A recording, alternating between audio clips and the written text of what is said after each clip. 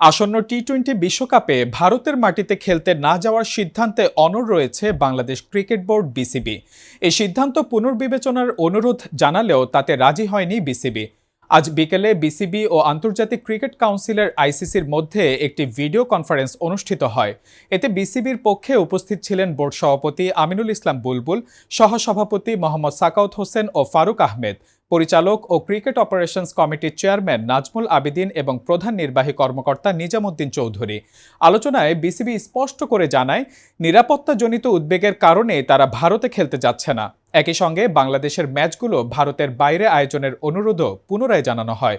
আইসিসির পক্ষ থেকে জানানো হয়, টুর্নামেন্টের সূচি ইতোমধ্যে ঘোষণা করা হয়েছে এবং বিসিবিকে সিদ্ধান্ত পুনর্বিবেচনার আহ্বান জানানো হয়। তবে বিসিবি তাদের অবস্থানে অটল থাকার কথা জানায়। বিষয়টি সমাধানে আলোচনা চালিয়ে যাওয়ার বিষয়ে উভয় পক্ষই একমত হয়েছে। বিসিবি বলছে, খেলোয়াড় ও কর্মকর্তাদের নিরাপত্তাই তাদের সর্বোচ্চ অগ্রাধিকার।